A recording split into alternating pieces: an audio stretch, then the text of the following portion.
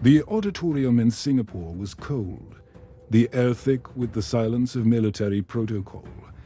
It was 2022, at the Asia Defense Summit, and the world's military powers were present.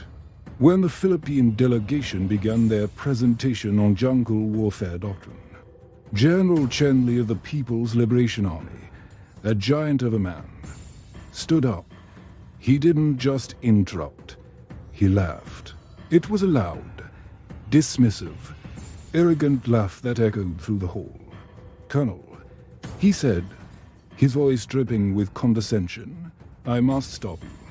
Your presentation, it is a fantasy." He pointed to the Filipino officer on stage. "Your soldiers are small. The average Filipino is 5'6". Modern war is about dominance, about size. Colonel Miguel Migs Reyes of the Philippine Army stood motionless. He had heard this his entire life. General Chen continued, enjoying the show. "You speak of infiltration. How can your men infiltrate?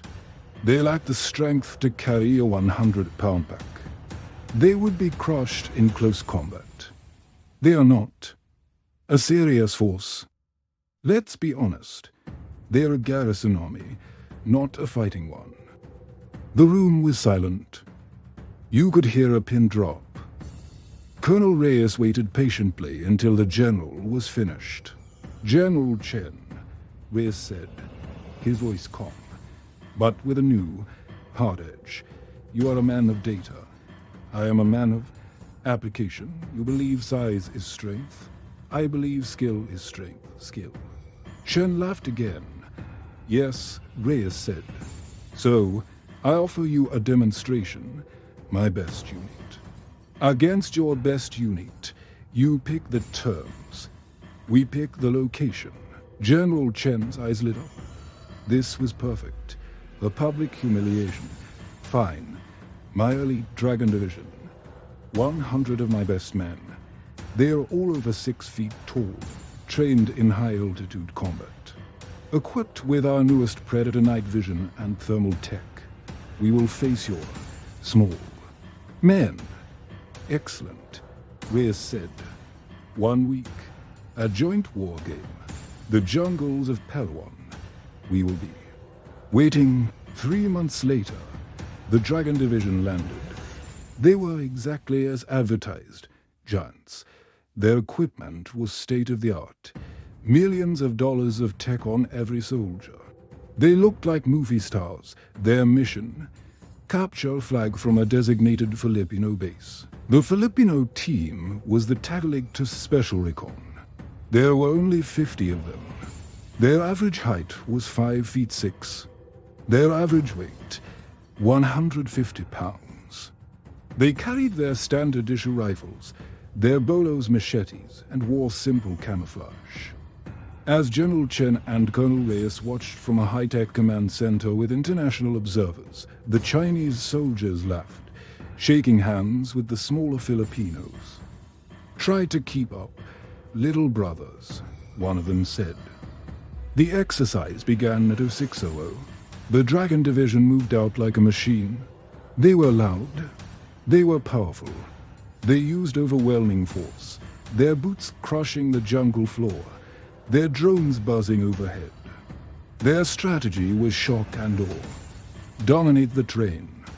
The Tagaligtas unit simply vanished. By 1800, the Dragon unit had covered 20 kilometers. They had found nothing. "They are running." "General," the Chinese squad leader reported. "They're afraid." General Chen smirked at Colonel Reyes. "Your men are wise to run." "Colonel," Reyes just sipped his coffee. "General, my men are never late, but they are very quiet." The first night, the psychological war began. The Dragon unit set up a high-tech, fortified perimeter, complete with sensors and thermal imaging. At 0200, the first sentry, a 6'2" giant, felt something wrong. He heard a click. Not a sound, really. Just a change in the air. He aimed his rifle into the darkness and saw nothing. Then he heard a whisper right in his ear, in perfect Mandarin. "You are too loud." He spun round, screaming. The camp went on full alert. They found no one, but the sentry was marked with a red paint marker, dead. He was out of the exercise for the next 48 hours. It was a nightmare for the dragons. They weren't fighting an army. They were fighting a ghost. Their $100,000 drones would suddenly lose signal and crash. Their high-tech thermal optics were useless. The Tagaligtas, born in the humid heat, had a body temperature lower than the ambient jungle. They didn't show up on thermal. They were invisible. The dragons were confused. They were trained to fight an enemy they could see. They were being hunted. Their 100-pound packs, which General Chen was so proud of, were a curse. They were loud. They were heavy. They couldn't move through the dense, tangled vines. The Tagaligtas didn't use packs. They carried rice, salt, and a canteen. They lived in the jungle. Their small size, the weakness General Chen had mocked, was their single greatest weapon. They moved through spaces the dragons couldn't. They climbed trees the dragons couldn't. They moved under the jungle, using ancient trails and small, hidden caves. On day 4, Colonel Reyes turned to General Chen in the command center. "General," he said, "please watch screen 7. General Chen looked. Screen 7 was the live feed from his own command tent, right in the center of his invulnerable base. As he watched, a hand, a small, brown hand, reached in from under a floor mat and picked up the dragon flag. The hand replaced it with a small, carved wooden aspen Filipino dog, then vanished. The general's face went from smug to confused to pale white. "What is this?" he demanded. "How?" "My perimeter. Your perimeter is too wide, General," Reyes said. "My men, they have been inside your base for 12 hours, hiding under your own cots. They just waited. An hour later, the dragon unit, now panicked and demoralized, was ambushed. It wasn't a firefight. It was a harvest. The Tagaligtas unit, using their small stature, attacked from above. From the trees, they used paint-filled grenades, silent blow darts with paint tips, and hand-to-hand eliminations. The 6-foot-tall soldiers, trained for mountain warfare, had no answer for an enemy that dropped from the sky.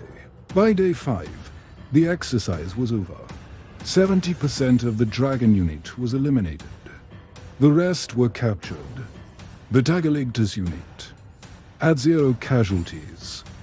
When the two teams met back at the extraction point, the dragon soldiers, the giants, just stared at their small, smiling opponents. They were no longer arrogant.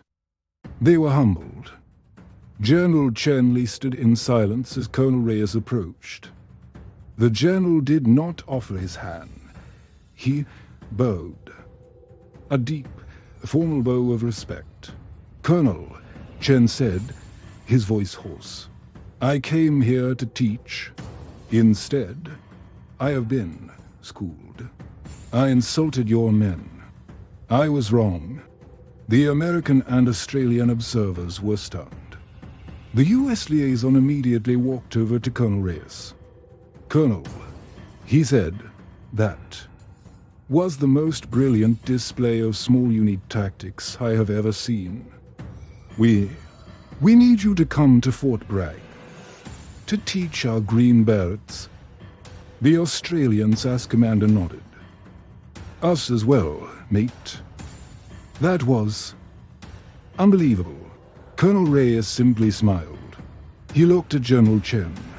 "General," he said, "you were right about one thing. Size does matter." Chen looked at him, confused.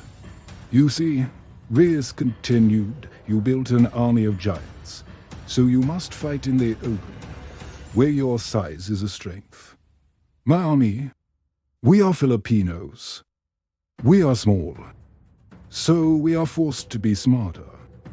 We are forced to be faster. We are forced to be invisible. In the jungle, General, it is not about who is bigger. It is about who belongs.